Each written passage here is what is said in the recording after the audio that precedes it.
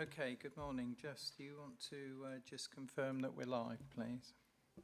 Yeah, I can confirm we're live, Chairman. Thank you.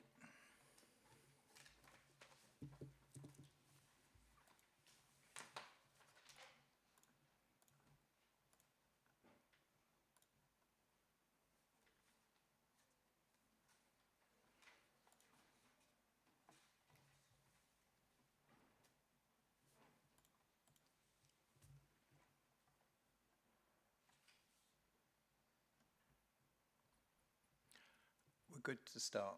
Thank you very much indeed. Good morning and welcome to this formal meeting of Flood and Water Management Scrutiny Committee. For those of you who don't know, I'm Robert Reid and Chairman of this committee, and Councillor Tom Ashton is the Vice Chair, is also in attendance. Streaming, can I remind you that the audio visual feed of this formal public meeting is being broadcasted live via the County Council's website, and with this in mind I would like to welcome members of the public watching live. As the meeting is being streamed in the usual way, I'd like to remind you all that comments will remain accessible online and can be reported by the media. Health and safety announcements for those of you here earlier, you will already have heard the fire alarm. There's no drill planned for this morning, and in the event of the fire alarm sounding, we need to leave the chamber through the rear doors and assemble in the car park. Meeting etiquette, can I please ask that mobiles, laptops and iPads are on silent for the duration of the meeting, and can I also remind you that the hearing loop is now activated. Requests to speak will be correlated by the Vice Chairman. When indicated to speak, you press your button for the microphone unit to make it live, and then again to finish your contribution, as I'm sure you're all aware. We'll now turn, if we may, to the formal agenda. Jess, do we have any apologies for absence, please, or replacement councillors? Thank you, Chairman. So we've received apologies from Councillor Lucille Higgs, Councillor Andrew Higgs, Councillor Helen Crawford, Councillor Fiona Martin and Councillor Alison Austin, sorry. Thank you. Thank you very much. Can I learn of any declarations of interest by any member? Okay, so we'll take it that there's none today, thank you. Can I please record and reflect that the declaration of interest, oh there aren't any, I beg your pardon, I should know better than that, shouldn't I? So the minutes of the previous meeting held here on the 20th of February 2023. The item is to approve and sign the minutes of the meeting as a correct record. Do I have a proposer, please? Thank you, Vice Chairman. And a seconder, please. Thank you very much, Councillor Vaughan. We'll now move to the vote and that you are voting on whether you agree with the minutes that they are a true record. So please can I ask by indication of raising your hand of those in favour? Okay, fine. Any abstentions? I guess that's because of... Yeah, apologies, yes. Councillor Brooks. And any abstentions? Oh, no, there no abstentions. Anybody against? No. Okay, we'll take it that they're agreed as correct and an accurate record. Thank you very much. So moving to item 4. Pardon? Oh, I beg your pardon, Councillor Clark. I should look more to the left. Go on. That's all right. We all should look to the left. I thought that was an opening. At the last meeting on the 20th of February, under the Internal Drainage Board, there was two items we was going to do. We was going to write to the Ofgem and etc. And also the committee was going to write to Department of Levelling Up. The question really is, has this been carried out and what response have we got? A meeting has been held with the leader to that effect. Have you got any updates on that, Tom? Not at the moment, but we will follow it up. Okay, so yes, we did follow through, but I'm not too sure of the outcome. So we will get advice on that. It might just be that we might hear something from the Executive Councillor shortly as well. Councillor Vaughan? Thank you, Chair. Councillor Clark has asked the question. Okay, thank you very much indeed. Yeah, we all understand, particularly where the internal drainage boards and the pressures on district council's budget, and an update is perfectly good to actually ask. Okay, so now may we move on to item 4 then. So I have no announcements to make. However, I'd like to state that on the 26th of April we held here in the Chamber the Flood and Water Management Workshop in line with the requests from members of the committee for an in-depth discussion with our partners and leading officers around roles, responsibilities and future collaborations between all under the remit of the committee. I personally found it quite refreshing and we received presentations and contributions from our own flooding team, our emergency planning team, management boards, the Environment Agency, Internal Drainage Board, Anglian Water, and our new and future partner with the Canals and Rivers Trust. The workshop was sadly not well attended, as expected. Material form was then made available to members, and I hope that those that weren't here will benefit, like myself, with using it as a good reference. I'd just like to actually interject that at this point and thank most sincerely the work that was put in by the agency partners. It was absolutely made with great foundation, and again, many thanks. Moving on, we have a shorter agenda than normal, which allows us to take more time to engage in discussion for each of the items before us, albeit my chairmanship sometimes has timekeeping issues. Nevertheless, may I remind members that your line of questioning should be relevant and add value to the debate, and therefore I ask that questions and contributions are in that line. Officers and external presentations are also reminded to make their reports as read by committee members, and only summarise key points on what support and input is required for this committee. Now then, turning to executive councillors, I'm already aware that Councillor Colin Davey, our executive councillor for economic development, environment and planning, has got 2 agendas, and he will be making a presentation which we're really grateful for any announcements. I understand that his assistant, Councillor Tom Dyer, will be here, so over to you. Thank you. Thank you very much, Chairman. Just picking up the question from Councillor Clark first. I have previously written following a question in Council from Councillor Ashton regarding the Drainage Board levy issue. So I have already written to the Secretary of State on this matter. Sadly, we do not have clarity from the Secretary of State, but I think it's probably opportune time to continue to follow that up. And obviously, after local elections recently, I would hope that's an agenda for a leaders' meeting of the district councils with our leader, and that can be pursued further. But I will follow it up on behalf of this committee as well, Chairman. In terms of my announcements today, I just want to deal on 3 things, really. Firstly, I want to touch on some flooding events that have taken place already this month. So we've had some recent spells of very heavy rainfall that have caused problems with surface water flooding across the county.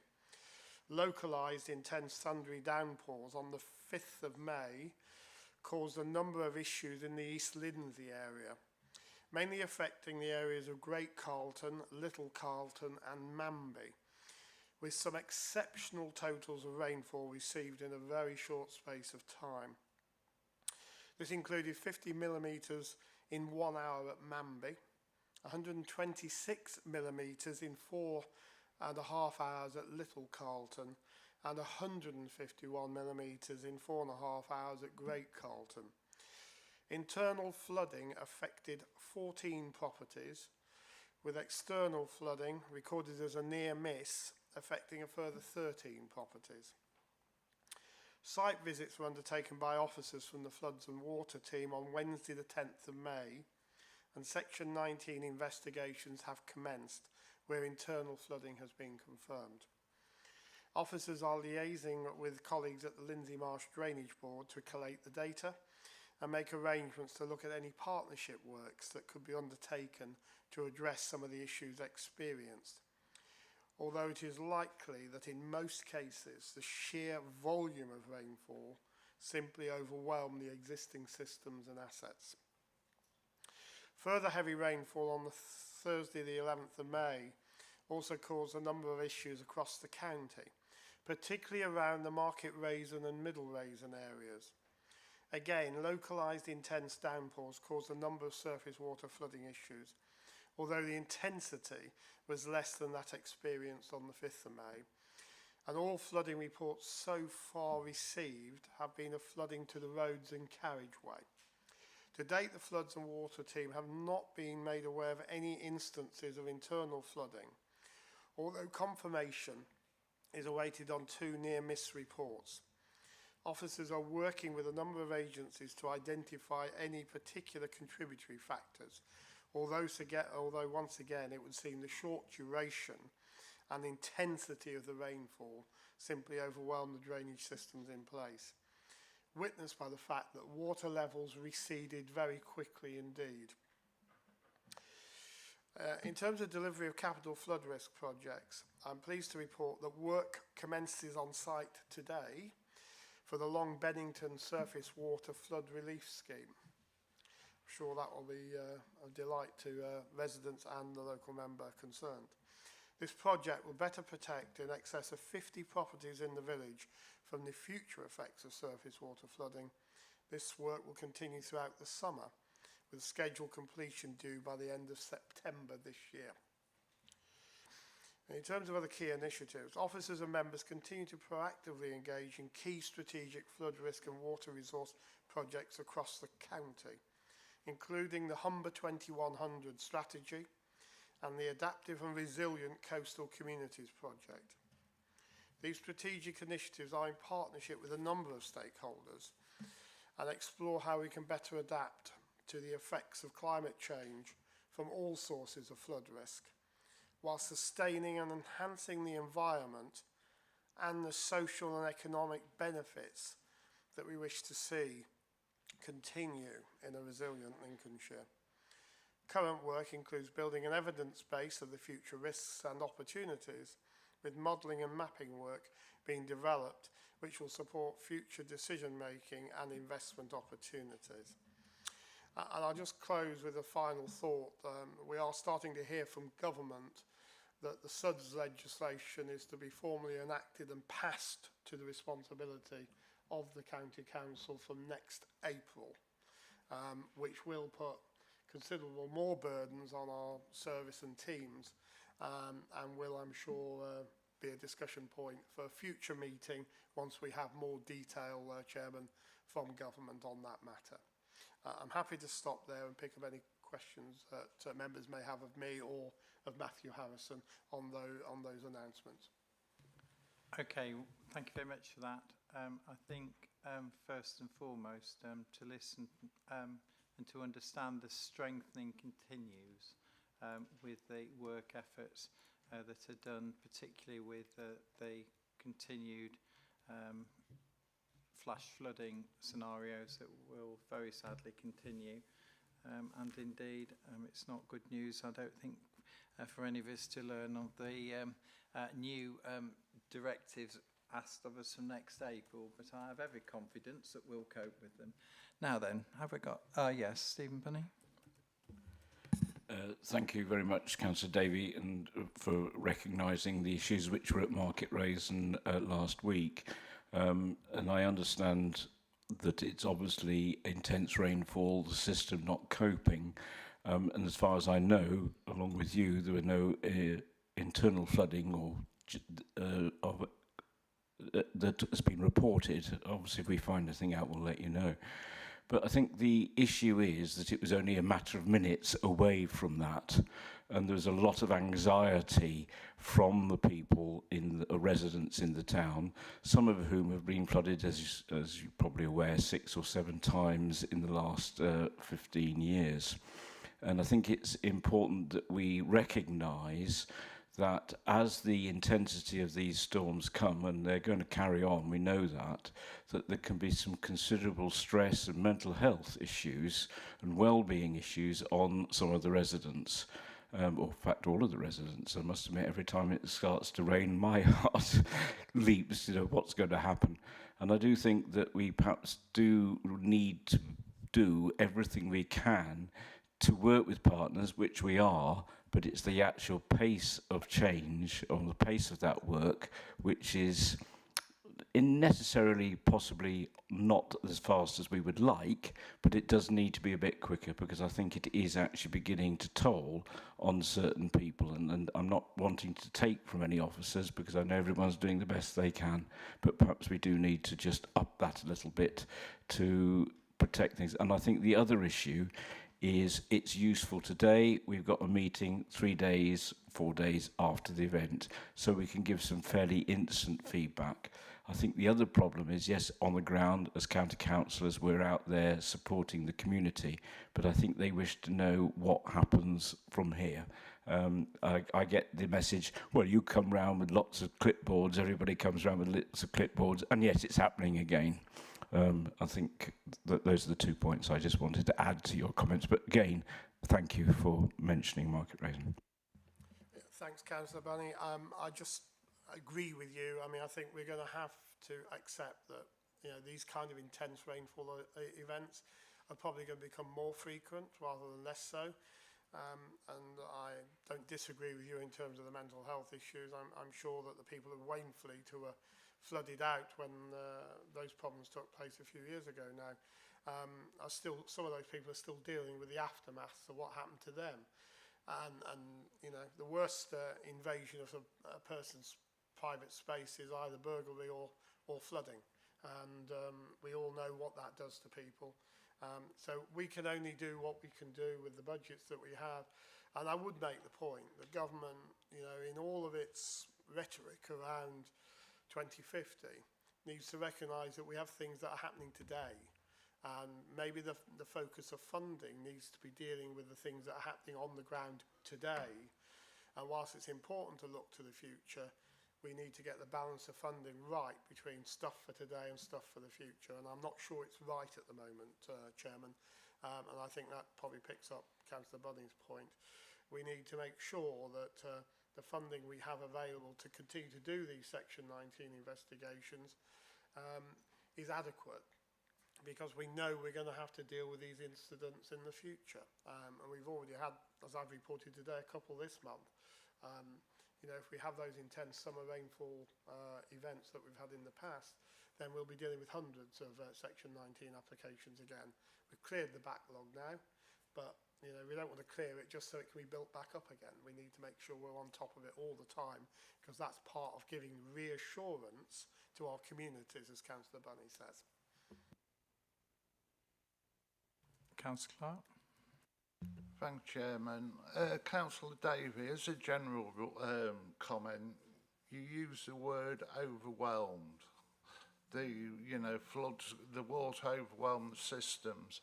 What factor would you say, if any, new housing estates have got when they're powered into the existing drainage? As you would probably say from planning terms, each application is different, so you can't make a general rule. But I would say this: I think that the management of new developments must have infrastructure put in at the beginning, not as an afterthought at the end. And there are far too many developers who have conditions imposed on them, and that the first thing they do when they get the permission is they ask for conditions to be removed. You know, so quite honestly, we need to be a lot more rigorous around planning. We do need to build new homes, as you know. We've got young people who can't get on the housing ladder, so we do need to provide for them. So we do need a grown-up discussion about housing growth, but it mustn't be at the cost of infrastructure that impinges on people who've been living in an area for many years. So I'm very clear we need to do a lot more work around ensuring and being very probably belligerent about the asks that we have in terms of flooding and other matters when we're dealing with planning applications. Myself and Councillor Davis are doing a lot of work on this to make sure we have a one council approach to planning applications. So local planning authorities will receive a combined approach around flooding, around infrastructure, around all the matters that you would expect the county council to make representations on. And I think district councils will see a much more consistent approach going forward from the county council in that area. Thank you very much. With the recent events, the emergency resilience response that we have, that the county council, that the officer came and actually came to the workshop as well, that remains first and foremost. I've been going on, as other members will know, for the whole period of my chairmanship about the memorandum of understandings with district councils,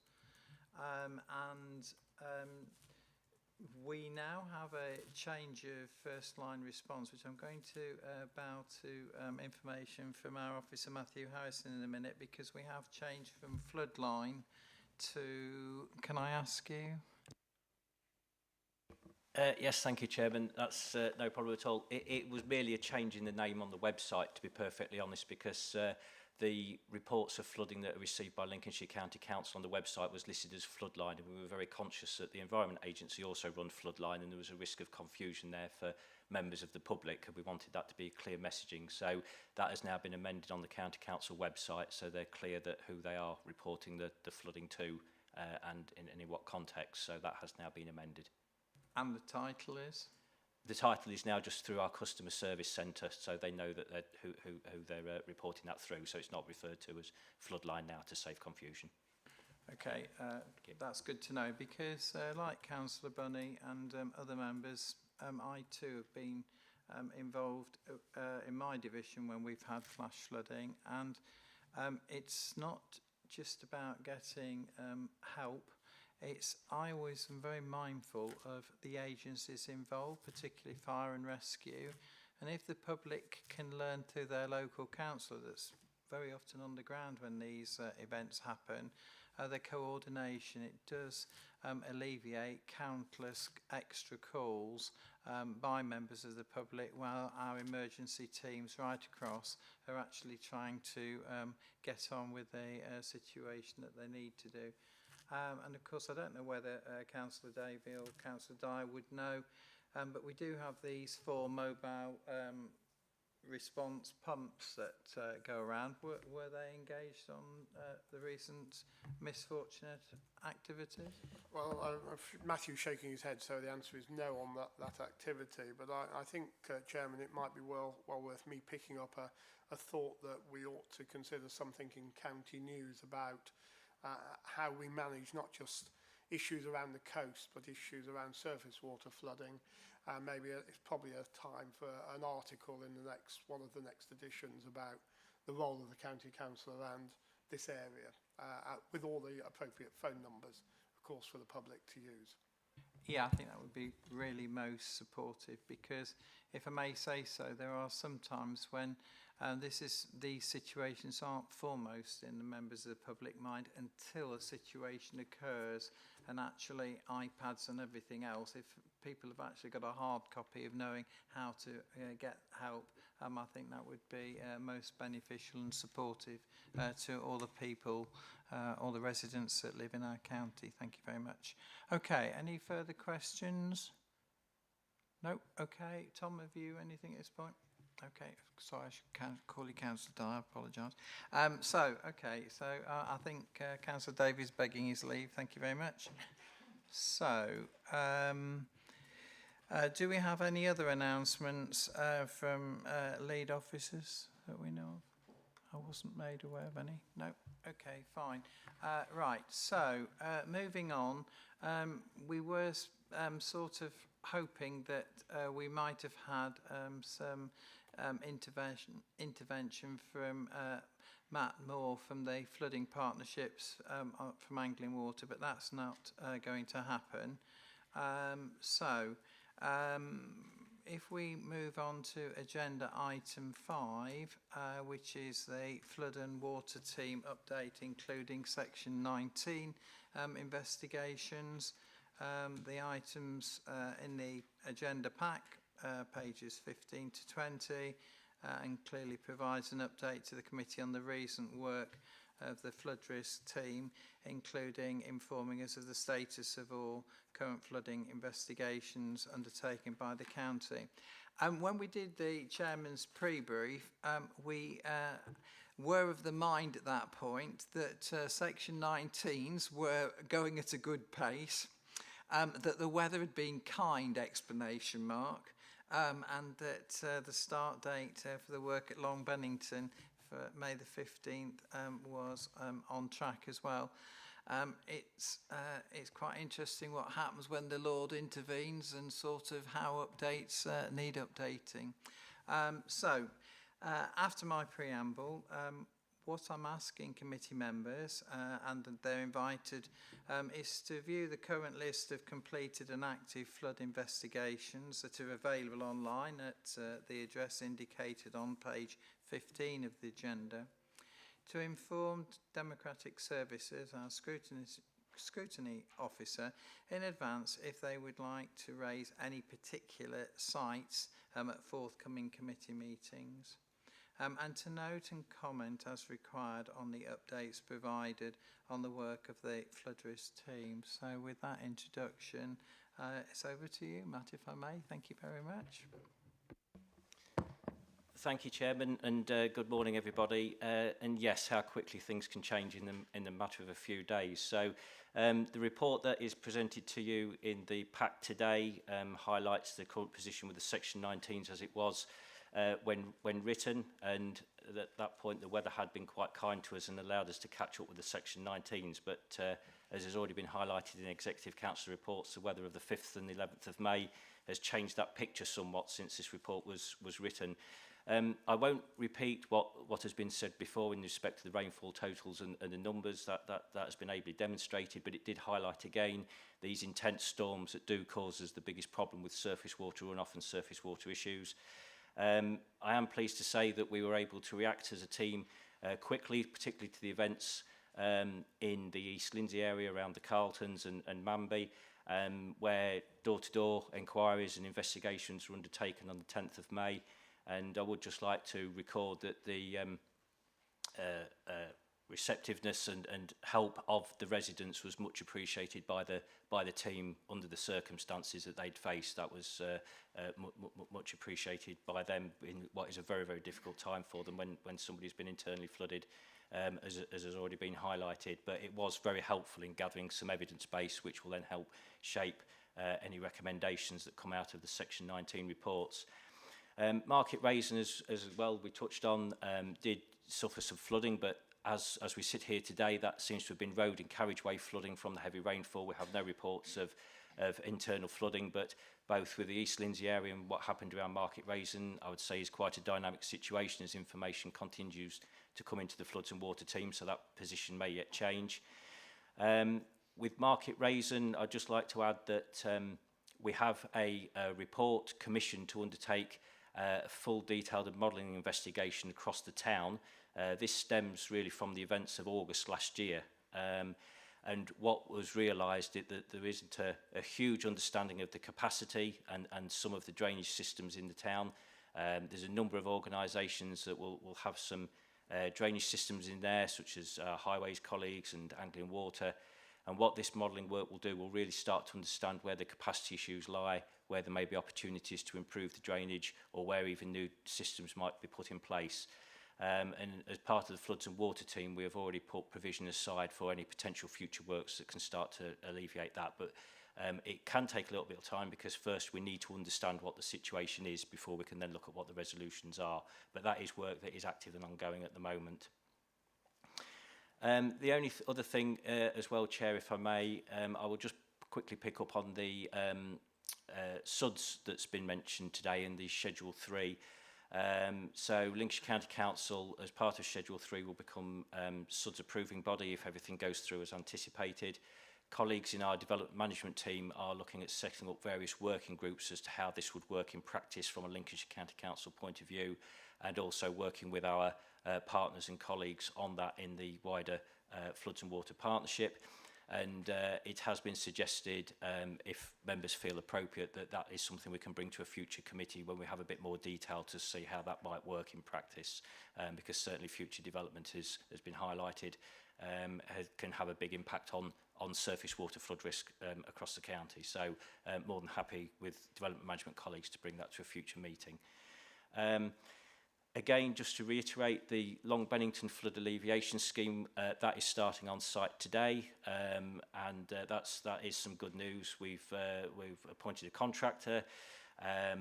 Works commenced today. 50 properties better protected from surface water flood risk is going to be significant for that village, and works will continue through to September, as highlighted in Councillor Davies' report. So some good news there for Long Bennington. And within the Floods and Water team, we continue to review and adapt our capital flood risk programme where priorities are. So particularly focusing on Market Raise and Spalding at the moment, where we've had previous issues because of surface water flood risk.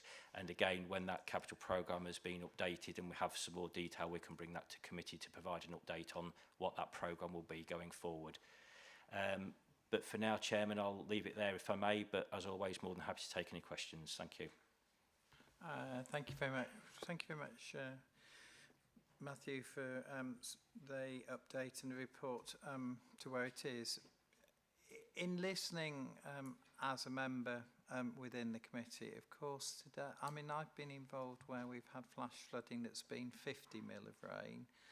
My heart completely goes out to the efforts of Councillor Bunny and what's happened again for Market Raisin. But you know, the flash rainfall capacity in Manby, you know, these situations happen, but they are just unmeasurable in just sort of, you know, the situations that we find ourselves having to manage and cope with. And that's why it's so important and that we do everything within our power to have readiness for where these particular circumstances actually prevail with very little warning. I know we can look on the Environment Agency and look at the forecast of where rainfall is likely to be expected to be excessive, but of course it doesn't help us where these flash floods actually really occur. Now then, Vice Chairman, have we got anybody indicating to speak, please? Thank you. Thank you. Less of a question, more of an observation at this point. Just to say, incredibly well done for getting those Section 19 down to the point that they were before this latest round of events. I'm familiar with the workings of this committee over the last 6 years, and you know, that was an incredible achievement to get that backlog reduced. And I fully appreciate that these events that we are unfortunately more used to now than we used to be come along, but I'm always reminded of the parting words of one of our Drainage Board Chief Executives when he left. He said, I wish you average weather. But picking up on the SUDS approving body, personally I think that would be a really, really helpful to go into that in some degree of depth. It feels to me to be a really good thing that there is regulation coming on this. There is at least going to be a structure around around something that up to now has been ad hoc, but personally I'd be very interested to understand how that's going to work. Okay, nobody else indicating to speak? Fine. Okay, so I move the report and further updates provided on particular sites, which I think is basically what's been mentioned. and received, and that our comments and views raised today be cascaded to the relevant leading officers and portfolio holders, and that the information considered as required. I think the agenda really hasn't changed with our responsibilities and our actions in looking after the situations with flooding, its monitoring, emergency responses, in fact dealing with the way forward. So thank you very much on that. Do I have anyone that dissents to the statements that we've made? Nope. Okay, well thank you. We'll agree that that is agreed then. Moving to item 6, we have a project groundwater for Greater Lincolnshire update. The report will be presented by Ryan Davis, our flood risk officer, which is very good to see you here today, Ryan. I think the last time we had an update was in February 22, so that will work very well. The committee is invited to review and comment on the contents of the cover report and the presentation which we're going to have, and comment on the project and provide feedback to the relevant leading officers and portfolio holders. So the cover of the report is in the item on pages 21 and 22 of the agenda pack. And we are now going to receive a verbal and visual presentation on the riparian project. Again, something that all of us can't undertake and broadcast about riparian responsibilities. The presentation will consist of an overview of the development of the Council's approach to the network of riparian watercourses right across Lincolnshire, and along with the strengthened engagement with riparian landowners. Over to you, Ryan, if I may. Okay, thank you, Chairman. As said, this is going to be an update on the riparian project since last reported in February 2022. Just wait for the presentation. Next slide. Oh, that's the wrong presentation, sorry. That's groundwater presentation.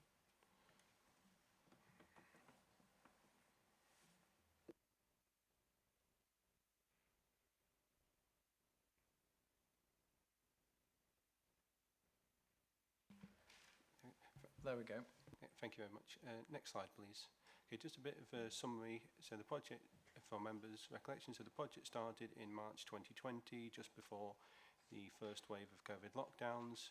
Following that, I went through a measured development process through October 2020 to May 2022, which involved a representation of parish and town councils being consulted through questionnaire. And then measures were presented to the committee alongside the management group and strategy group of the partnership, ultimately being approved for continued implementation or development in May 22, and then takes us to present day, which is the purpose of this presentation. Next slide, please. So apologies, it's not come out very good on the screen, but this is more just for reference for members, just a list of some of the measures that have been approved, and further details about the actual list of measures are available on the Council's website on the Riparian Land Ownership webpage. Next slide, please. So in total, 7 out of 14 measures have been completed at the time of writing. 5 of the measures are ongoing. One of these measures will be, for the purpose of the trial, completed tonight, whereby myself, Matthew House, and our partners from the Environment Agency and Internal Drainage Boards will be holding an information event at Billing in collaboration with the Parish Council there. And then 2 measures are currently ongoing due to resources within the partnership and also resources with wider partners due to staff turnover. And next slide, please. So now I just want to summarise some of the key achievements to date, just provide an overview. So one of the most recent key achievements is that we've produced an A5 leaflet which summarises riparian rights and responsibilities, which I have some copies of for members to take away from the meeting today. If it's okay, Chairman, I'll hand them out once the meeting is finished to members. Next slide, please. Another key achievement is that we have recently produced a video for our communications engagement team just explaining about riparian rights and responsibilities, and there's also another video that is due to be released soon which covers more broadly the topic of flood preparedness, and this video has been developed through the project but also in collaboration with Humberside Local Resilience Forum and the Lincolnshire Local Resilience Forum. And if people would like, we could try to play the video, if that would be okay, if the technology allows. Okay, thank you. Courses.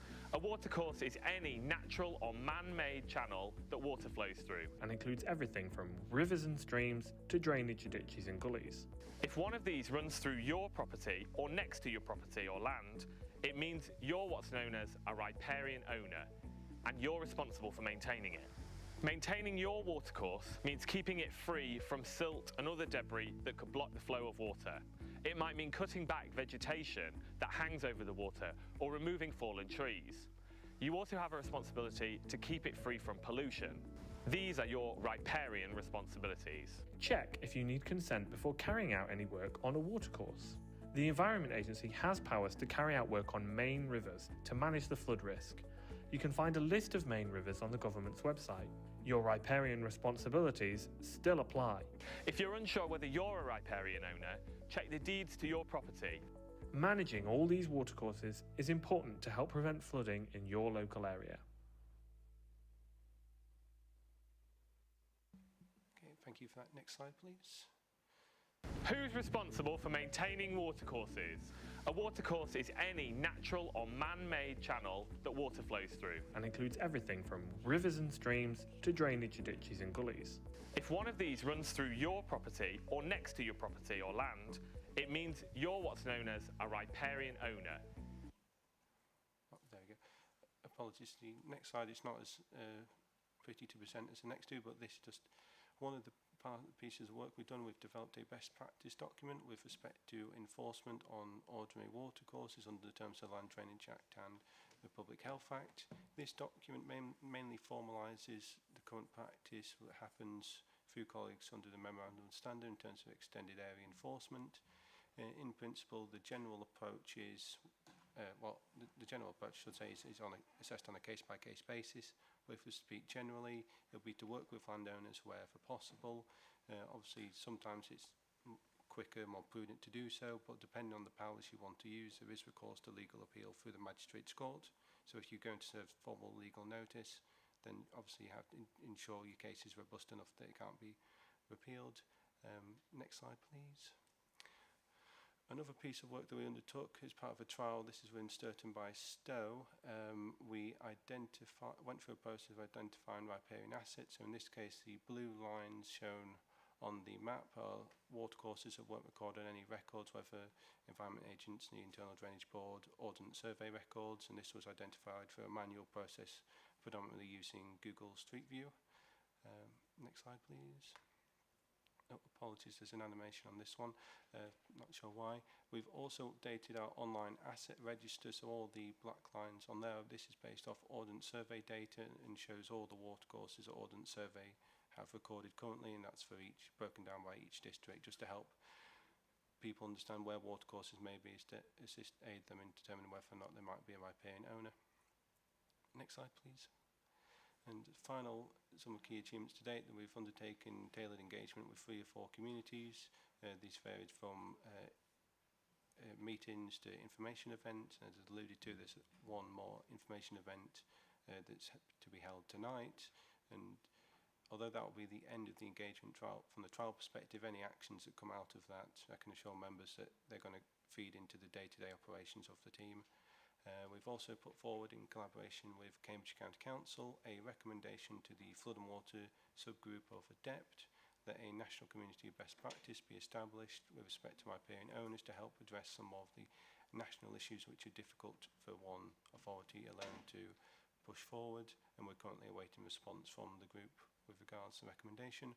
And finally, we've revised our standing advice to question 21 of the conveyancing inquiries, which just to help deal with questions regarding that, and we'll keep that under review. Next slide, please. So some of the key lessons that we've identified today is obviously, firstly, the importance of engaging with local communities wherever possible and appropriate.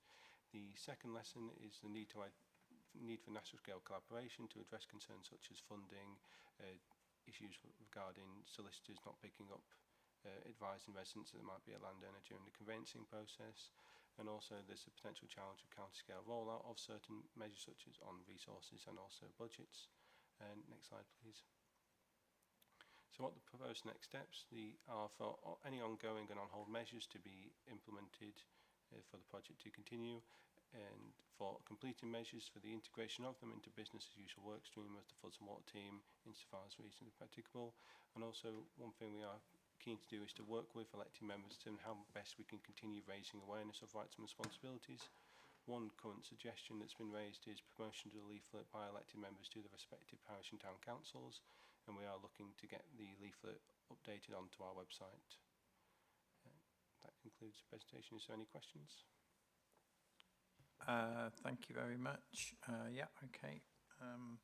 Just before getting to questions, of course, touching on enforcement where riparian rights, there is some very good work in kindly reminders where enforcement is concerned before we get to magistrates, courts action that follows soon.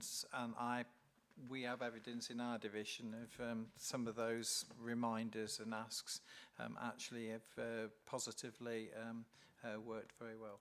Now then, Councillor Ashton, who's to speak first? Councillor Bunny, please. Thank you very much. I'm just interested about those people who might have riparian rights or ownership. I'm thinking of two things. You mentioned that you could check your deeds. There's a number of properties in the Market Raisin area, and I imagine in other rural areas, away from the towns where deeds don't necessarily exist from when the buildings were first constructed, and that's lots of agricultural buildings and so on like that. So that can be difficult to find out. You also mention in the film, quite rightly, that I think if it goes against next to your property, you can have rights. Does that apply when it's on the highway or when it's on a road or a field? So you could have a hedge, you could have a ditch, and you've got two fields, one farmer and perhaps these days one belonging to a domestic dwelling, which might have been previously agricultural dwelling. There does seem to be some confusion then who might be responsible. The local farmers in our areas always say there's a Lincolnshire rule. If it's by your hedge, it's yours. But it depends which side of the hedge, I suppose. Yeah, no, thank you, Councillor Bunny. Unfortunately, the latter point you raised in terms of deeds and ownership is a very complex matter. A lot of the riparian rights and responsibilities date back to case law going back to the early 19th century. So unfortunately, can't provide a generic response. It's on a case-by-case basis, and sometimes you have to go back to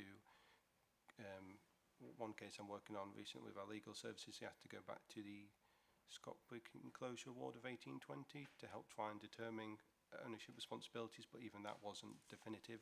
So it is a very challenging situation. In terms of deeds, as you said, they don't always outline responsibilities.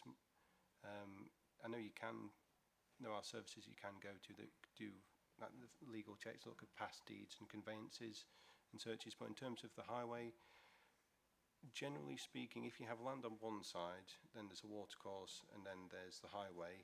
Generally speaking, it would be presumed that the owner of the land side would be responsible for the watercourse, because under common law it's assumed that that landowner owns up to the halfway point of the land under the road, because generally speaking highways don't actually own the land, they just have the rights to have the highway on the land. They're not actually the main landowner, but as I say, all of this is on a case-by-case basis. It's very difficult to provide a general response. But in the leaflet we do outline some of the common presumptions. That covers a hedge takes ditch, it covers centre line. If you have two parcels of land in the watercourse in the middle, also covers things adjacent to the highway as well. So hopefully that should provide more guidance.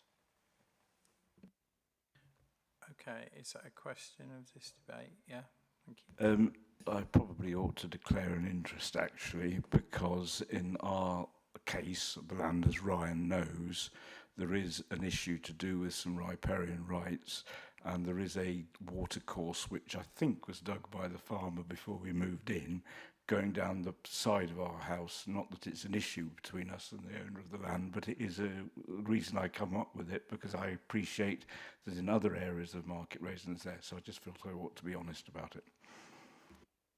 Thank you very much for that, and that's noted. I think that's all we need to do at this point. So, Councillor Clark?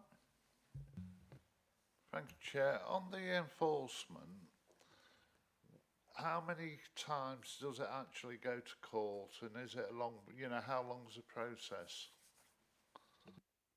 That's not something I can answer directly. It's not something that I actually deal with directly. That would be through our legal services. I can't provide any numbers, but it's something we can look into through our IDP colleagues.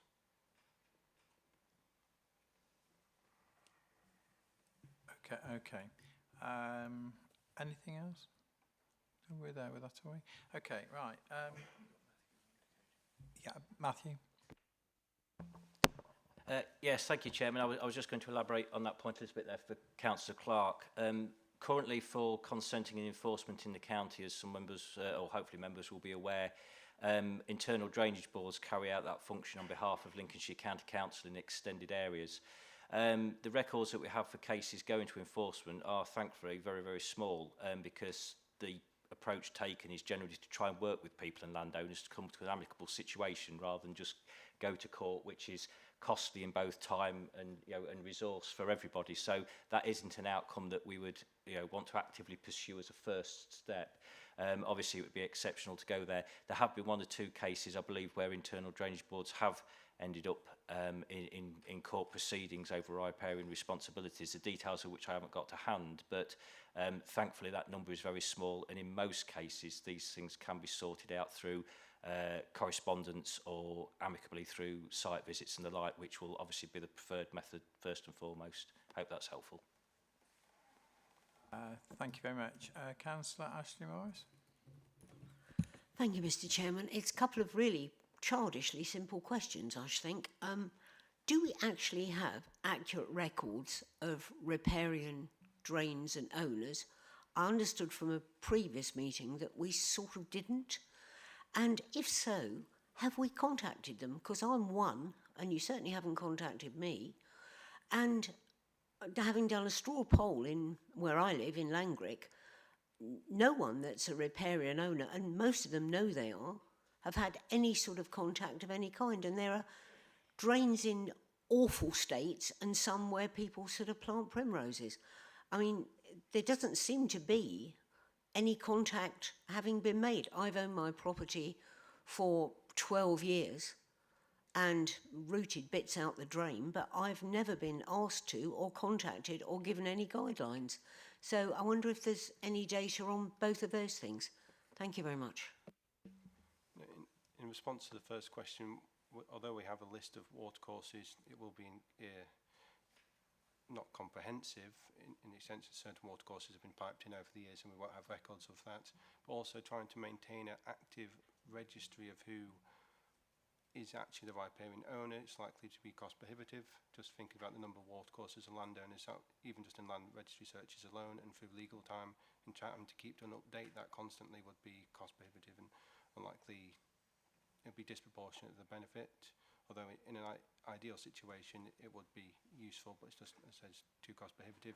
In terms of engagement, we have done some both county-wide engagement and also targeted trial engagement. So in terms of the trial engagement, as part of the project, we've undertaken work within Billinghay, Digby, Sturton-by-Stow and Horncastle, and for the county-wide engagement we've recently released a video, but also there's been articles from the county news. I'm happy, if details have passed over to myself, I'm happy to look into that matter further. It's just sometimes difficult. We don't always know the condition of every watercourse and are reliant on people reporting concerns to us, given the size of the county. Okay, thank you for that reply. Councillor Ashley Morris. Thank you.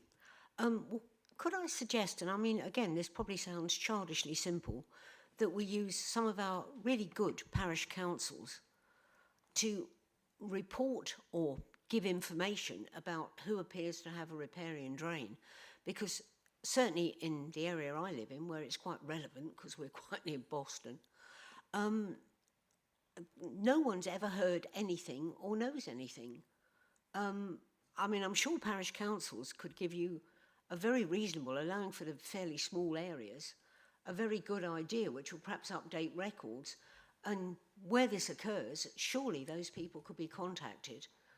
Councillor Ashley Morris, Thank you. I think both the officer and the committee here, I think when we come to summing up, to put a conclusion from your question for clarity of ownership for the future is the correct way to go about it. So I shall be doing that a little later. Councillor Richard Austin, thank you. Thank you, Chair. The matter that I'd like to bring to the committee is that it's how terribly important it is that when new developments are being planned, the maintenance of riparian drains is taken into account. There are some terrible examples of this not being done in the past with very serious consequences. The example that particularly comes to mind is that where there is an invasion of Japanese knotweed, a riparian drain is a wonderful conduit for spreading it, infesting the gardens of the properties and having a very serious effect on the value of those properties in due course. Where there is no method of maintaining those drains because perhaps two estates back up to the riparian drain, the individual householders have no idea of their responsibilities, and even if they have, getting a coordinated action to control something like a Japanese knotweed infestment is impossible. So proper planning at the early stages of any development is an important issue in this case. Thank you. Thank you very much. Councillor Taylor?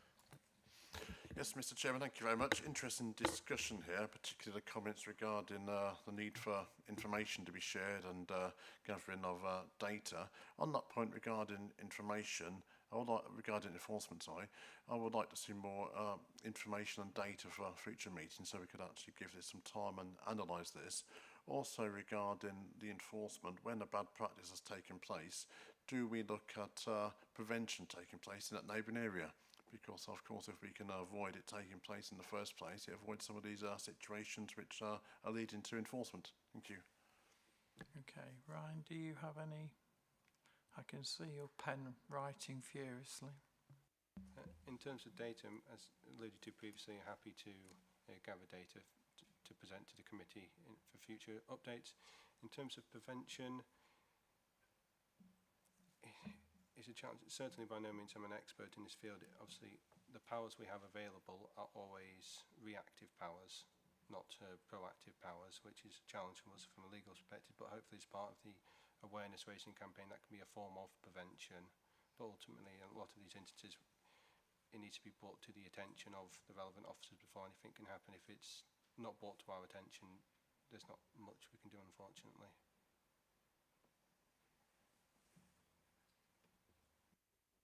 Matthew, you want to come in at this point? Yes, thank you, Chairman, for that. Just to try and give some reassurance to members that I recognise all of these points that are being discussed here today. Until very recently, riparian issues hadn't really been addressed or looked into in any great detail, and that is the whole purpose of what this project is, to try and unravel some of the complexities around riparian ownership, and also the awareness raising, as Councillor Ashley Morris points out, to those who might have riparian responsibilities as well. This just hasn't really been addressed in the past, and as this project has developed, it is really built into quite a substantial piece of work. So I would just like to say I recognise all of the points that members are raising here today, and they are things that have been identified within the project. We're a big county in Lincolnshire with a lot of watercourses, a huge number of watercourses. So whilst we recognise that, this is very much a work in progress, and I would hope that as this project continues to develop, we can start to see some of these questions being answered that have been raised in the chamber here today. And more than happy to bring updates in the future. Thank you. Okay, Morgan? Thank you, Chair. Yeah, I just wanted to draw out one of the points from the presentation. That was the importance of seeking the relevant advice from the relevant risk management authority of whether the maintenance work requires consent or not. We do encourage landowners, obviously, through this project to carry out their own maintenance activities, but I think events in the River Lug in Herefordshire really highlight the importance of seeking that advice for whether landowners require permissions, consents or permits. Thank you. Okay, we've had a fair debate on that, yes. Councillor Ashton? Thank you very much. Just picking up on some of the points that have been mentioned, I think starting at even though these sometimes may seem relatively small beginnings, it also appears equally to be national leadership on this. You know, to be bringing together in one place the information and best practice that we are doing feels to be a really good step in the right direction. Having come across this stuff through drainage boards, it can be absolutely intractable, and the fact that you've had to go, in the case of Scotwick, back to an Enclosure Act of the 1800s, I think is evidence of just how difficult this challenge perhaps is.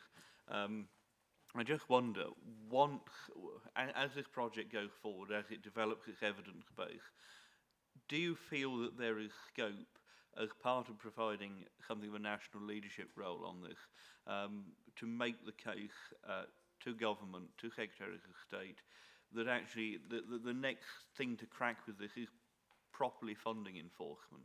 The way I see it, we have different risk management authorities, the Lead Local Flood Authority, ourselves, the County Council, Internal Drainage Boards and others, all with effectively permissive powers to go away and enforce, but not necessarily the funding to do it.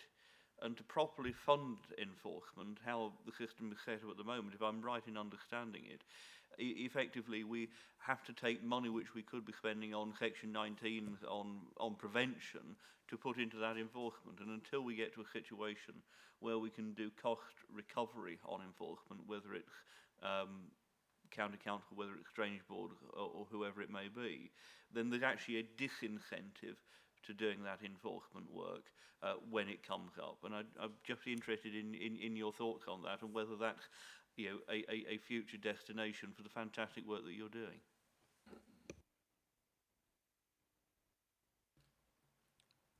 Matthew? Yes, sorry, thank you, Chairman. I'll pick that one up if I may.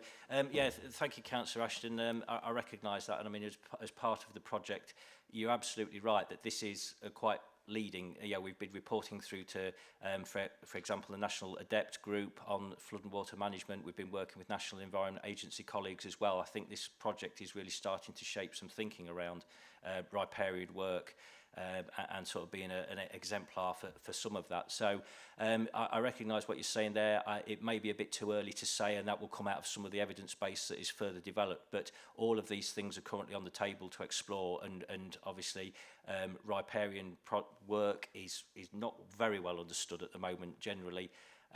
So this learning will really help to shape that, and if this can become a national exemplar and give that evidence base for further, then those points that you raised there, we can use it for things such as that. So I think it's a bit of a stepped approach at the moment, but yeah, all of the things are on the table as you've highlighted there at the moment. Okay, thank you very much.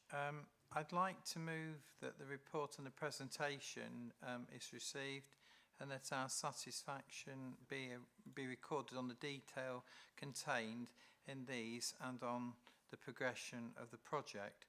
I'd also like to ask that the feedback from today's discussion is passed on to the leading officers and portfolio holders for their information and consideration as required. And perhaps as chairman at this point, it might be some legacy notes that I'd also like to sort of put there.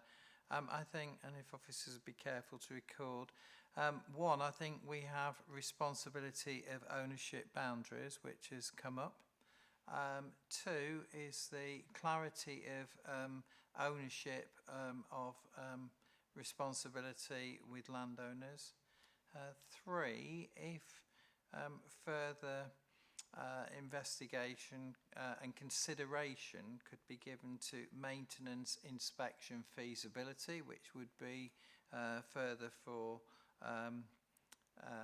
prevention, and reactive powers. Well, I'd like to see that by the above suggestions we become proactive rather than reactive.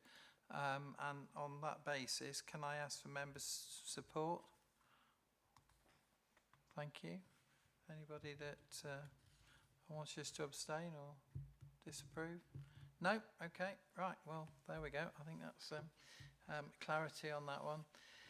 Thank you very much. So, moving on to item 7, and not leaving riparian subjects undiscussed, we have the Lincolnshire Riparian Project update, and you have the cover to this report in pages 23 to 26 of the agenda pack. We look forward to a verbal report and presentation on the groundwater that's aimed at awareing and helping us develop better understanding for the groundwater across the Greater Lincolnshire. To some degree, we've already had a good debate about this, but I think there are other things. It's good to welcome Vicky Jones, our Flood Resilience Programme Coordinator, and Brett Rycroft-Jones as well, the Flood Resilience Programme Coordinator, and I think they're going to sort of expand further into funding, overview and mapping. So the committee is invited to review and comment, as always, on the cover of the report and the presentation, which we will do later, and to commit on the project and the feedback of relevant leading officers and portfolio holders. So, over to Vicky and Brett. Who's going to start? I see a smile. It's Brett, I think. Yeah, it'll be me. Thank you, Mr. Chairman. Next slide. So this is just a brief overview of where we are, and we welcome any comments at the end. So currently we're modelling, mapping and monitoring with our partners, which are Atkins and WSB. We're also working with the National Flood Forum for the actual community engagement with the likes of Barton, Barrow, Scotwick, Grimsby, Bourne, etc. We've chose the National Flood Forum because they're an independent charitable body, so it actually separates us from them, so they can speak with an open voice to everybody. As part of the modelling and mapping, that's going to be taking event over the next 2 years. From that, they will then create a roadmap and a journey plan for us to then implement in the construction phase. That's about it for that. Next one, please. Yep, thank you. So we're going to go through just a little bit of what's happening in each of the trial areas that we're working on right now. So Project Groundwater, we're looking at 5 different trial communities across the county to prevent groundwater flooding, obviously, in those areas. So the first one of those that we're going to discuss today is Barrow upon Humber. So up there, it's mainly we're looking at improving the chalk stream habitats in the area to help mitigate the flood issues there.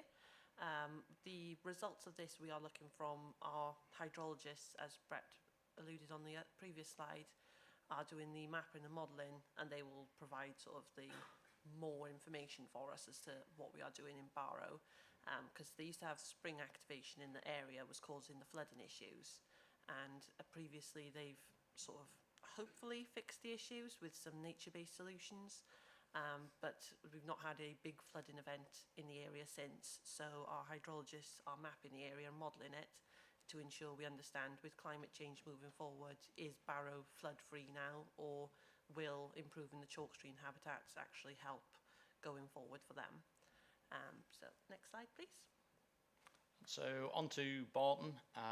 Barton are actually constructing a bypass, and as part of that construction of the bypass, there are some wetland nature-based solutions that we're looking at to the start and the end of the bypass. We're also then doing predictive modelling on those wetlands to see how much water can we capture, what can we use it for, how do we use it, because the worst thing that we could do is actually, for want of a better word, put a tarmac road, put houses all over the place and affect the amount of water that's going into the chalk streams. So we're looking to actually hold that water back and put it then into the streams so it does less damage, which creates less flooding, etc. Next one, please. So in Bourne, this has actually been brought on to the project since its inception. It was highlighted to us by members of Anglian Water, and we've passed it with our project board, so it's now progressing. So what we're doing in Bourne, because it's a very sort of unique area in that they have flooding issues there, but they're also starved of water. So we are surveying boreholes that are across the area to see if we can understand why they are losing so much water in that area, quantify how much water is being lost. Bourne has thousands of these boreholes across the area. We have 51 in particular that were surveyed over previous years by Anglian Water. So they've done surveying in 1993, 2003, 2014, and we're doing them again now. That way we have a wide data set that we can look over to understand the trend of what's happening there with the boreholes. The water is coming from them, how much is being lost, and then also we will get predictions from our hydrologists in the area of how we can use that water as an asset for Bourne moving forwards, and what will happen in the future years with climate change to all the different boreholes in the area. Particularly if we can have some sort of guide as to what to do with boreholes when they go wild, as we are calling them currently, so when they're just gushing water uncontrollably. And how we could maybe use that across the whole county-wide area for when we have boreholes in the same situations. Thank you. Next slide, please. So Grimsby, we've got an allotment in Grimsby called Saltings. Part of that allotment area, there's about a 8 and a bit hectare area that is currently unused, and it's unusable simply because it's derelict, it's water lacent, it's got old buildings, it's been flooded for 20 years. So we're looking to actually change the graph at the picture at the bottom of the left hand side. So it's the blue, it's the below the blue and the striped lines to the right area. We're looking to capture large amounts of water, hold it back, because to the left hand side of that screen, what you can't see there is Chelmsford Avenue, which is inundated with flooding areas caused predominantly from the water road going back to the left, whereas we want to try and drive it to the right hand side of the property. We're currently doing ecological studies on there to see what species, what birds, what reptiles, what the natural habitat is currently on site. We're also doing drilling to see the quality of the soil that's in there. So the view is to actually turn it into a wetland with involvement with schools, colleges, etc., to make it a place to go as a destination, whereas at the moment it's a bit of a tip and an eyesore, if I'm honest. Next one. And those are your two pictures. So the one on the left is what it currently looks like. The one on the right is an artist impression. It'll slightly change because we actually want to capture more water and hold it back. Grimsby is an issue that most of the water that runs within the Grimsby area goes into the sewer system, so it overflows the sewer system. So what we're trying to do here is capture the water here, hold it, and then release it slowly in so we don't overwhelm the system. Next one. Yep, so this is part 2 of Grimsby, shall we say. So that was Salton's allotment, and this is Kingston Gardens that we're also working in. Kingston Gardens already is a wetland type area, as you can see the picture here, but it's not holding enough water, so some of the properties nearby are still flooding from groundwater issues. So what we're looking at is, from the map in the bottom right-hand corner, the blue area is the current scale of Kingston Gardens. The red area is actually land owned by Anglian Water, and they are looking to contribute this land to our project so that we can expand the size of Kingston Gardens and as such the depth of the wetland area, and so we can hold more water there to prevent all the houses nearby from actually having this groundwater flooding issue. And then following that, we are just looking for a sort of a facelift for Kingston Gardens to make it more for the community and make sure it's an asset going forwards for everybody in the area. Thank you. Next slide, please. So Scotwick, we're currently doing monitoring and modelling within Scotwick. There's a lovely beck that runs through the bottom of that, and you can actually see groundwater bubbling up within the beck. Some of the comments that have come back to us, I do apologise, are that the amount of these bubbles is getting more frequent and stronger. So through monitoring and modelling, we're aiming to put a nature-based solution in there, which will hopefully take shape in 2025/26. Next slide, please. So not only are we doing this work with the trial communities actually solving the groundwater issues there, we are also working in collaboration with Lincoln University on a salinisation research project on the fen. This is essentially the groundwater issues are causing encroachment of seawater as well in the area. So obviously that's affecting the fen and all of the crop production that we have there. So we are having, the university have a post-doctoral research assistant that is coming on board in the start of June and July. They will be coming over and will be looking into this project for us. The idea being that we could eventually have a quantifiable number of how much in the hectares of land is being affected by this salinisation and how that actually affects crops in the area, the cost that that is affecting, and onwards from there up. And we're hoping it's something that we can have a quantifiable number on, that we can then take up to national and show this is what we have here in Lincolnshire, this is the problem, this is what we have found it's going to cost us moving forwards over the next 10, 20 years. You know, how do we help solve this problem, not only for us, but as a nation, you know, that depends on the food being grown here. The second side of things from Lincoln University, they are also working on reviewing dynamic licences for us in collaboration with the Environmental Agency and WSP and Atkins, our hydrologists. Dynamic licences are essentially being used for water abstraction. It's provided by the Environmental Agency, and what we're hoping is that we can provide maybe like the guidebook on how to use these, because there is nothing there so far. So it would be sort of like a traffic light system of when there's so much water in the water table, you can abstract water. When obviously there's low water quantities, you can't. And it would specifically impact areas like we have a wetland up in Grimsby that is currently starving of water. It was built as part of an offset of the factories nearby, and also it's there for overwintering birds. But they are having issues keeping the amount of water in that area because abstraction isn't allowed anymore up there. So we're hoping dynamic licences and having that research and guidebook put into place would be able to go back up to national and show this is when you need to be able to implement dynamic licences, and this is the criteria, etc.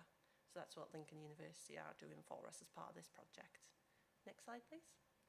So very quickly on a quick media update, we've launched We Are Project Groundwater. We've followed that up by adding, we're now moving into Bourne to look at groundwater flooding within there. And then the follow-up press release will be the announcement of Lincoln University coming on board. So what we're trying to do here is create public interest in what we're doing, how we're doing it, and where we're doing it, and getting their involvement to ask us questions at the same time. Next, please. Alongside having sort of our press releases, we're also doing a couple of events and shows.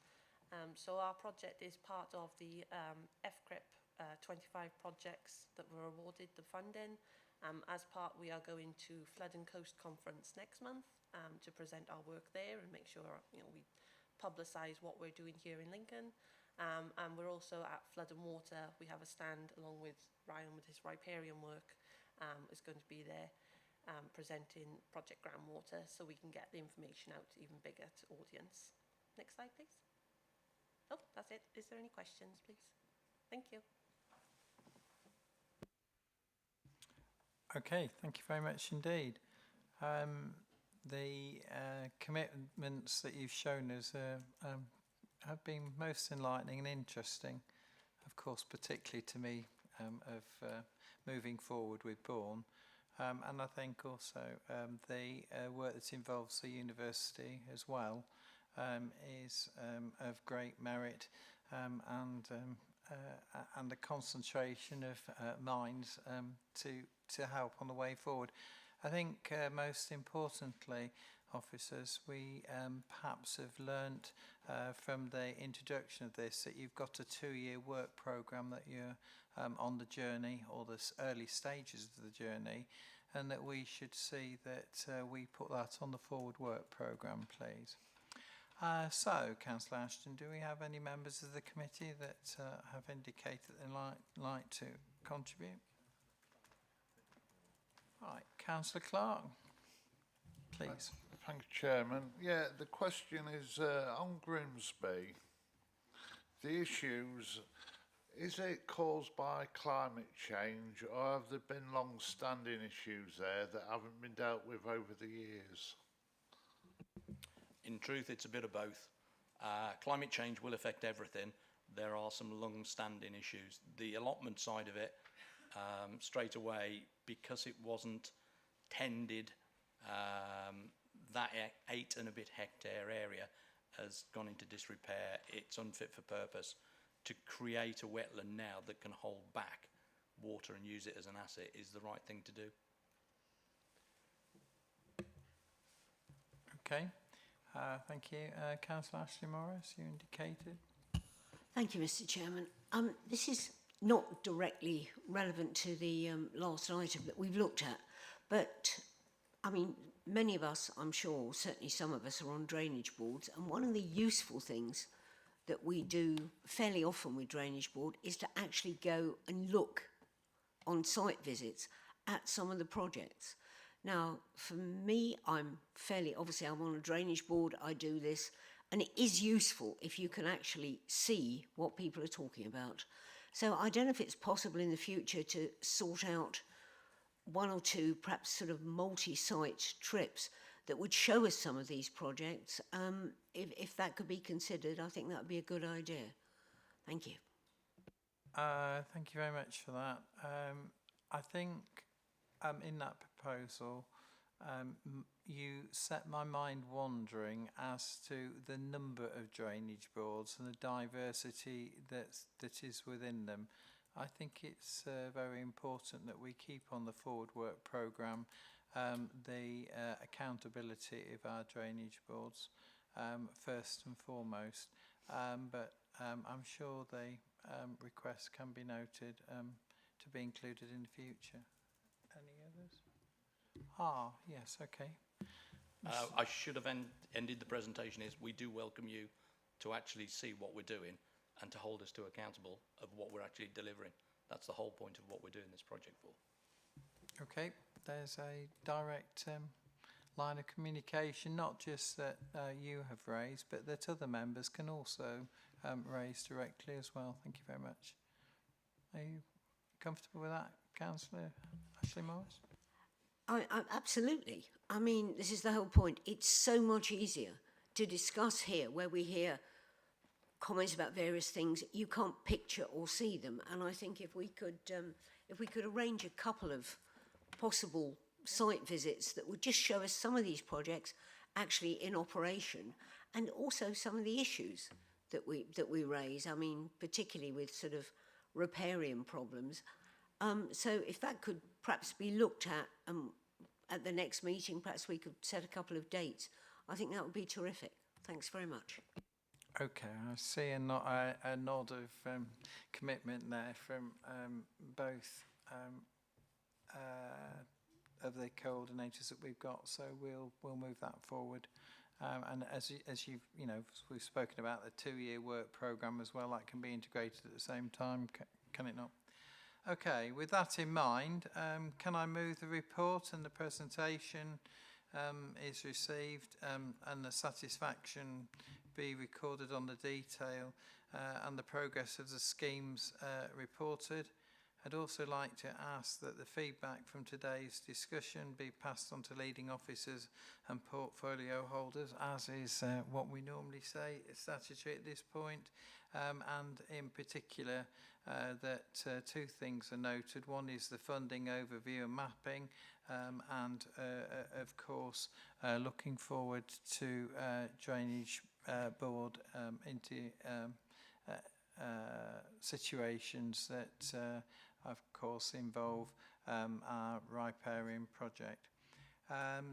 Does everybody agree with that? Yes? Anybody wishing to abstain? Members? No? Okay, we'll take it that that's agreed then. Thank you very much indeed. Okay, moving on to item 8. Patiently, we have been waiting. This is the regular Environment Agency verbal update from Morgan Ray with an update and indeed the emergency response criteria. The actions that the committee are invited to consider and comment on in detail will obviously follow from the verbal report and presentation. So once again, a very warm welcome, Morgan, and over to you. Thank you very much. Thank you, Chairman. Firstly, apologies, I wasn't able to provide a paper for circulation, but I've provided a general update on our capital schemes for the Secretariat to forward round after. So we'll start with the Lincolnshire coast. Our annual nourishment, beach nourishment, is commenced last week. The contractors have got a brand new dredger which they've brought over from Holland. That work is ongoing now and hopefully will be completed in time for the main holiday season in the summer. Our Humber 2100 plus work is continuing. We've completed our initial modelling of the present day flood risk. We've been out to each of the risk management authorities to get feedback on that.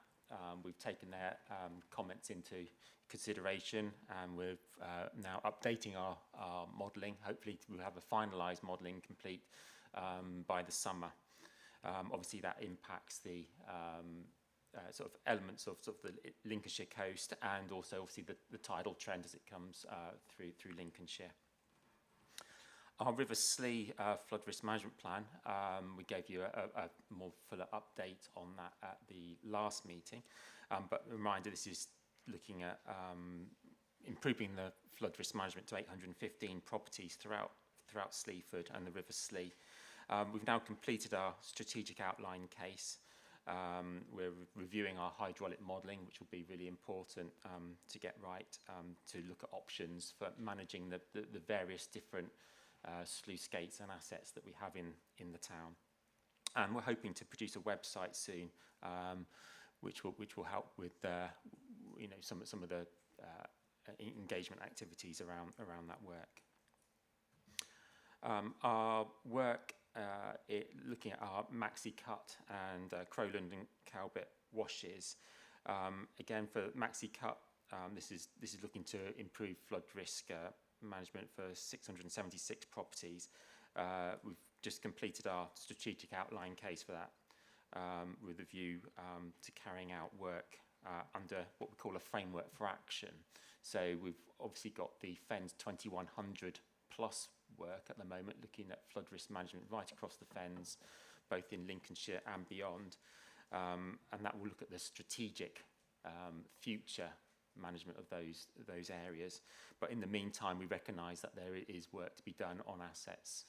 So we're looking at a business case to carry on continuing with that work. So Maxi Cut and the Crowland and Calbit washes hopefully will come under that framework of action, and we'll be able to complete that work within the current 6-year funding horizon to 2027.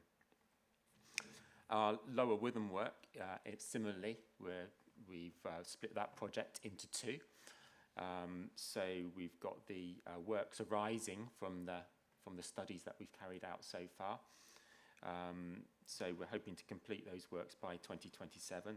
So this is looking at the existing assets and defences and sluice gates, etc., within the Lower Witham for refurbishment by 2027. And at the same time, we've split out the more strategic work as well to work alongside the Defence 2100 plus work for completion into the future. Our Gibraltar Point to Freeston Shore work is ongoing.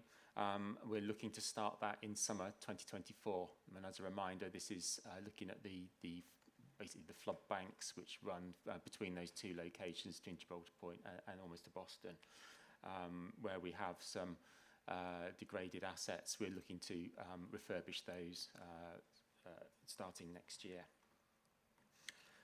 Wainfleet, we've got some interesting news there. We've identified and we've completed 29 interventions for natural flood management. So this is work in the upper catchment, which we identified in the action plan as being important to to managing flood risk at Wainfleet. So these are things like leaky dams, providing swales and areas for water to sort of collect in before it's released downstream. So we should slow the flow in the upper catchments. So that work is ongoing. Also in Wainfleet, we're looking at the hard defences as well. The flood banks there. We're producing a strategic outline case which is completed, and we're looking to progress an outline business case which will narrow down the options for managing some sections of the flood banks which are surrounding Wainfleet to improve the resilience of those flood banks. Wider things as well. The exercise Mighty Oak we participated in a month or so ago. This was an exercise which was managed by Lincolnshire Resilience Forum, and this was looking at a national power outage, and we were sort of full participants in that, contributing to what our actions would be if we were to be faced with a power outage across Lincolnshire, and it would be interesting to see what the sort of the feedback is from that. But obviously, with a national power outage, we'd be looking at significant impacts on things like pumping stations and sluice gates and things like that. So we'll get good learning from that, and we'll feedback that into our future plans. I'll leave that there, if I may, Chair, and take any questions. Thank you very much indeed. I knew when you were talking about power outcomes, the word pumping stations was going to follow on from that. Right, do we have yes, we do. Vice Chairman? Thank you. Just picking up on the River Clee project, could I ask how compatible are your aims and objectives, managing water levels, managing flows, maintaining water levels, reducing flood risk? How compatible are your ambitions with the Slee with potentially restoring that as a navigable waterway through to the Witham? Are those two compatible? Could they be made compatible, or are they opposed to each other? No, a key consultee in the whole process is the Slee Navigation Trust, and they've been fully part of some of our engagement exercises. So we'll be looking at, along with other partners, to see if we can take their views and wishes into account, and certainly perhaps not preventing them from being realised sometime in the future. Okay, any other member? No, not to see. Right, so thank you very much, as always, Morgan, for a comprehensive report and the feedback that you've given us again today. So I'd like to move that we receive an update offered by the Environment Agency and note the progress of works being undertaken in Lincolnshire Do I have any, do us have, all members agree? All comfortable with that? Thank you. Nobody abstaining or dissent? Okay, let's say that that's agreed. Thank you very much indeed. Right, before just moving on to item 9, in a normal case we would have agendaed an item to be presented by Angling Water by Jonathan Glerum. We did know from when he was here for the workshop that he wouldn't be with us today, but we do undertake any queries or dialogue from the workshop, or indeed that you would like him to respond to you before the next meeting. Does anybody have anything, or if it's any specific item, then perhaps they could forward it to Chiara and she will facilitate a response on that one. Okay, I'd just like to record yet again my thanks to Jonathan Glerum for the work that he did and what he said at the workshop. It was enlightening, certainly to me as chairman and to those members that were present, that how much his remit has broadened in the work that he undertakes on behalf of Angling Water and Services Lincolnshire. So, item 9, Chiara, we have made already several interjections to be noted for the forward programme. The items are on pages 27 to 30, and this enables committee to comment on the content of the work programme. I myself hope that when I move on from chair, I shall remain an active member of the committee and look forward hopefully to being able to do so. So the committee is invited to review the work programme and highlight any additional scrutiny activity which could be included for consideration in the work programme. That's the officers' script. Mine is that we've already put several things on it, so I'd like to sort of say, is there anything else, members, on the forward work programme that you would like to be included, please? Yes, Vice Chairman. Just picking up on the comment on an earlier item from Councillor Ashley Morris, appreciate that we've got quite a gap between our meeting today and the next meeting that's scheduled in September, and I did wonder if, working with Chiara and Jess, whether we could probably look at slotting in a field trip or site visit, if we could put together something that would satisfy the curiosity of our members. Okay, I think that is a helpful suggestion. Our next meeting is, I think, from memory, is it the 22nd of September? 18th of September. Are we going to manage between now and then? Vice Chairman seems to be enthusiastic that we can do. If I mean, on an absolute basic level, I'm very fortunate that the Regional Flood and Coastal Committee organised a trip for a field trip for its members last week that took on in some interesting bits and pieces up and down the coast, and I know of others coming through from Drainage Board, so it shouldn't be difficult to put something together, but obviously if we're being a bit more ambitious then it may take a little bit longer, but happy to have those discussions afterwards. Okay. Yes, sure, comes from Chiara. I think I'm going to suggest that you are the facilitator then, Vice Chairman, of this way forward. I'm very happy to support and think it would be beneficial for members, and would encourage, when we get a timeline, which we'll need to just make sure we put forward with averting any clashes of people's members' diaries that we can do, and be happy to support it. So we are therefore happy with the work programme as to where we're going on the journey of flood and water scrutiny, are we? I can't see anybody telling me any otherwise. So that really only leaves me the duty left of noting the report and to include the additions that we've put and just to double check all members are in agreement with that. Yep, we don't have anybody saying otherwise. So thank you very much. I will close the meeting today at 11:40. I must say, of my meetings, I've managed to do that one for once, 1 out of 4 that's been early rather than late. Thank you very much indeed.